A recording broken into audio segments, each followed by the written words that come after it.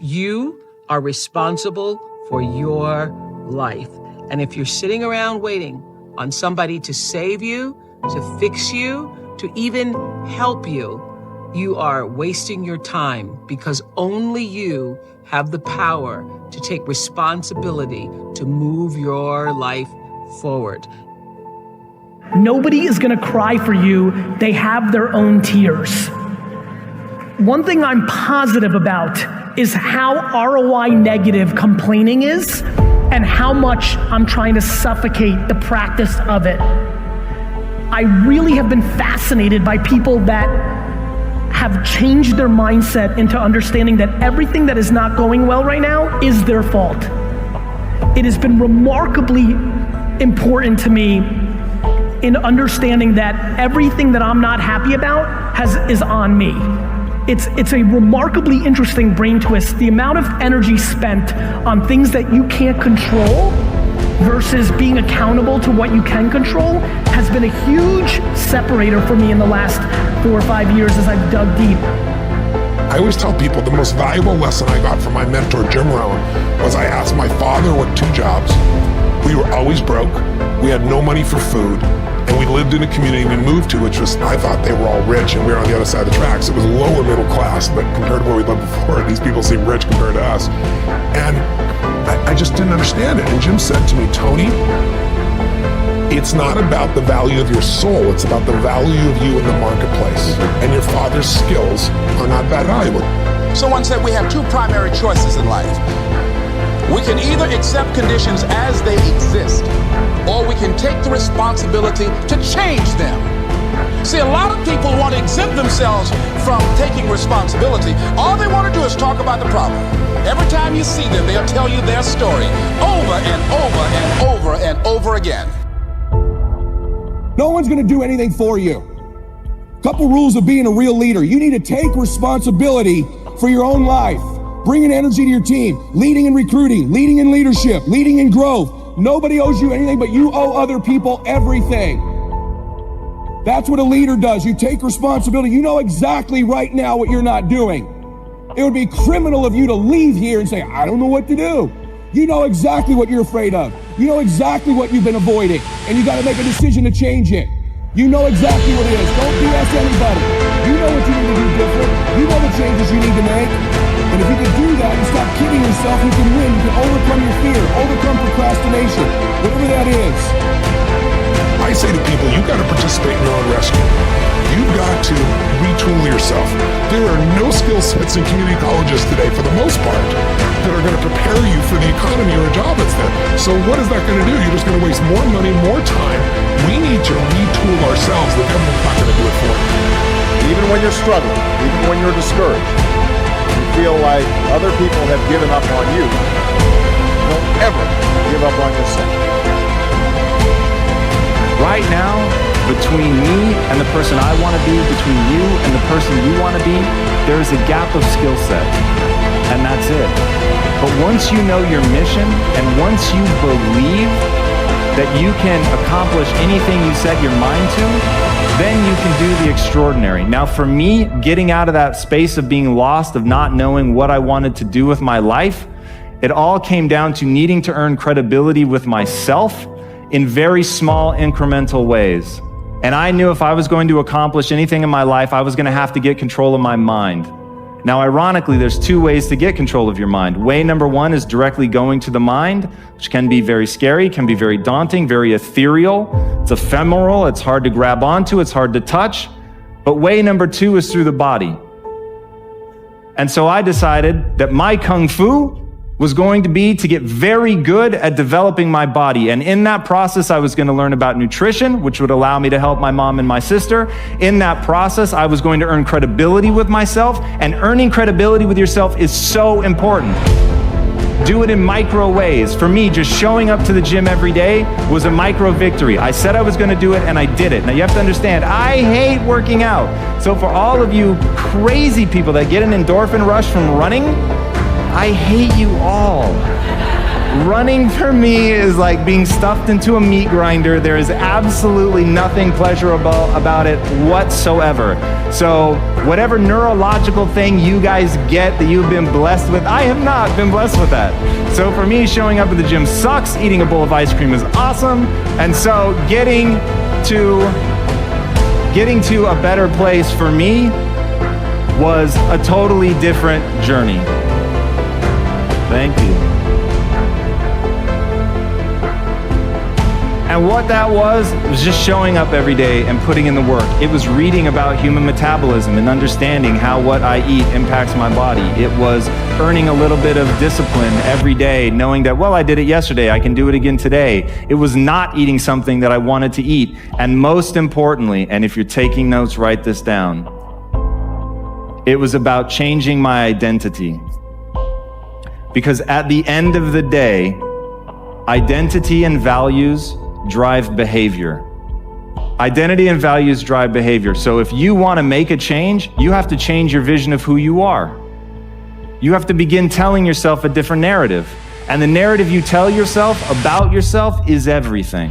And if you tell yourself that you're a scared, undereducated kid from Tacoma whose family has never accomplished anything, let me tell you what you will become. A scared, undereducated kid from Tacoma who never accomplishes anything, because that's what you believe. You tell yourself that story enough, and it will become real. But on the flip side, you could tell yourself a story of you're a learner. You learn faster than most people. You're willing to put in more work than most people. You're willing to read more books than most people. You're willing to spend an inhuman amount of time every day improving your mind simply by getting new ideas into the system. And that you will admit that you're wrong faster than anybody else, that you won't let your ego get in the way. And you tell yourself that story over and over and over. So when somebody comes and tells you how stupid you are, that you're just a dumb kid from Tacoma, you go, you're right, that's amazing. Thank you for pointing out that flaw, because now that I'm aware of it, I can improve it, because I'm the learner.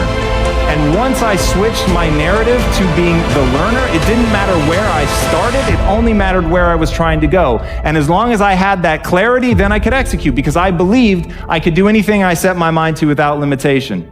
You don't need a better economy.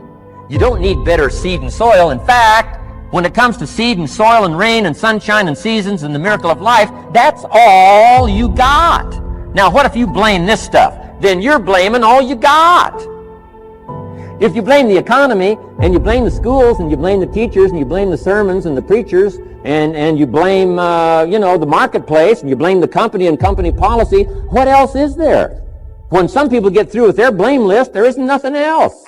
That's all there is. And if you blame the only thing you've got to work with, I'm telling you, it's called mistake colossal. In not understanding that that's all you've got to work with. And if this is all you've got to work with, then you don't change the seed, and you don't change the soil, and you don't change the rain, and you don't change the sunshine, you don't change the seasons. Right? Guy says, I'll take 3 springs, 4 summers, 9 falls, no winters. No! You can't fool with this stuff. You got to take it like it comes. Then what do you change to make your life work well? You got to start with your philosophy. Guess what I had to do at age 25 in order to change my own future? I had to change my mind. I had to change my thinking. I had to change my philosophy. I was messed up on what was causing my problem. And once I got that straightened out, that all the stuff I blamed, the government, taxes, the marketplace, the economy, things cost too much, negative relatives, cynical neighbors, once I got rid of that and started going for where the real problem was, which was me, I'm telling you, my life exploded into change. My bank account changed immediately. My income changed immediately. My whole life took on a whole new look and color immediately. And the early results I got from making these philosophical changes tasted so good, I've never stopped the process from that day. I'm telling you, with a little consideration of the refinement of your sail, by setting a better sail, refining your philosophy, your whole life can start to change from the day on. You don't have to wait till tomorrow. You don't have to wait till next month. You don't have to wait till spring. You don't have to wait till 93 to start this whole process immediately. I recommend it. Now, some people do so little thinking, they don't even have their sail up. You can imagine where they're going to wind up at the end of this week, at the end of this month, at the end of this year. Now's the chance to change. process all this information. Here's the definition of success and failure. Just make this note. Here's failure. A few errors in judgment, repeated every day. Now you can automatically assume, Mr. Rohn, I say, I can understand that. A few errors in judgment repeated every day. For 6 years, my father, 88 years old, he's never been ill, still hasn't retired. Not long ago, midnight, we're getting ready to go to bed. We've drilled a new well, got some extra water, got some more acres going, he's all excited. At midnight, we're getting ready to go to bed. My father's eating what he calls his midnight snack. A little bite to eat before you go to bed. Don't have to go to bed hungry. And I'm watching him eat this midnight snack. Guess what he had? An apple, a few graham crackers, and a glass of grapefruit juice. I said, no wonder my father's so healthy. My mom taught us all those good health practices. Taught me when I'm growing up, right? I'm an only child. I've never been ill. Passed the big 5-0 some time ago. My 2 daughters, 32, 33, never been ill. My grandkids, never been ill. Telling you, the legacy lingers on. As I watched my father have this midnight snack, suddenly it occurred to me. I know that's part of it. An apple, what? A day. That's gotten to Dallas-Fort Worth, right? An apple. An apple a day keeps the doctor away. Good question for this intelligent audience. What if that's true? You say, well, Mr. Rohn, if that's true, that would be easy to do. Then what's the problem? It's easy not to do. It's easy not to adopt it as your own personal philosophy. Or the guy messed up the saying. Guy says a Hershey bar a day. Say, no. No. You've been watching too much television. It is not Hershey bar. You've got to be smarter in philosophy than to fall for the Hershey bar a day when it's an apple a day. You've got to be smarter than that. And if you make that kind of an error in judgment every day for 6 years, I'm telling you, it'll accumulate into disaster. Sometimes the first year you say, well, I'm so healthy now, what difference is it going to make? You've got to be smarter than that. Just because disaster doesn't fall on us at the end of the first day doesn't mean disaster isn't coming. You've got to be so smart that you look down the road and say, will the errors in my present judgment of philosophy, what's that going to cost me in 1 year, 6 years, 1 month, 6 months?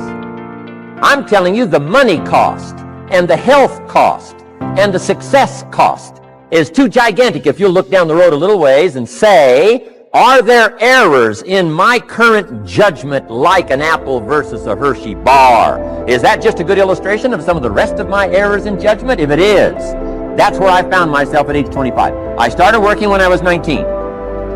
I met my teacher who helped turn my life around when I was 25. That's 6 years. At the end of the first 6 years of my economic life, I've got pennies in my pocket. I've got nothing in the bank. The creditors are calling saying, hey, you told us the check was in the mail. I'm embarrassed. I'm behind on my promises.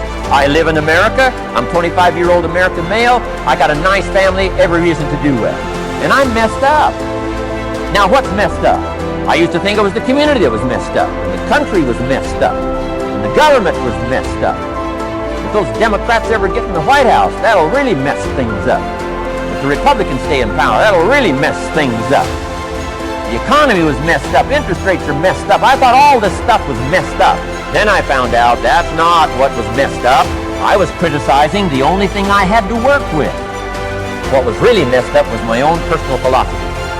My own errors in judgment in my own personal philosophy brought me in 6 years to pennies in my pocket, nothing in the bank, and trying to explain why I wasn't doing well living in America, 25-year-old American male, got a family, every reason to do well. Now, once I understood this, here's the formula for failure: errors in judgment, being lax about developing your own personal philosophy. I'm telling you, it's called accumulated disaster.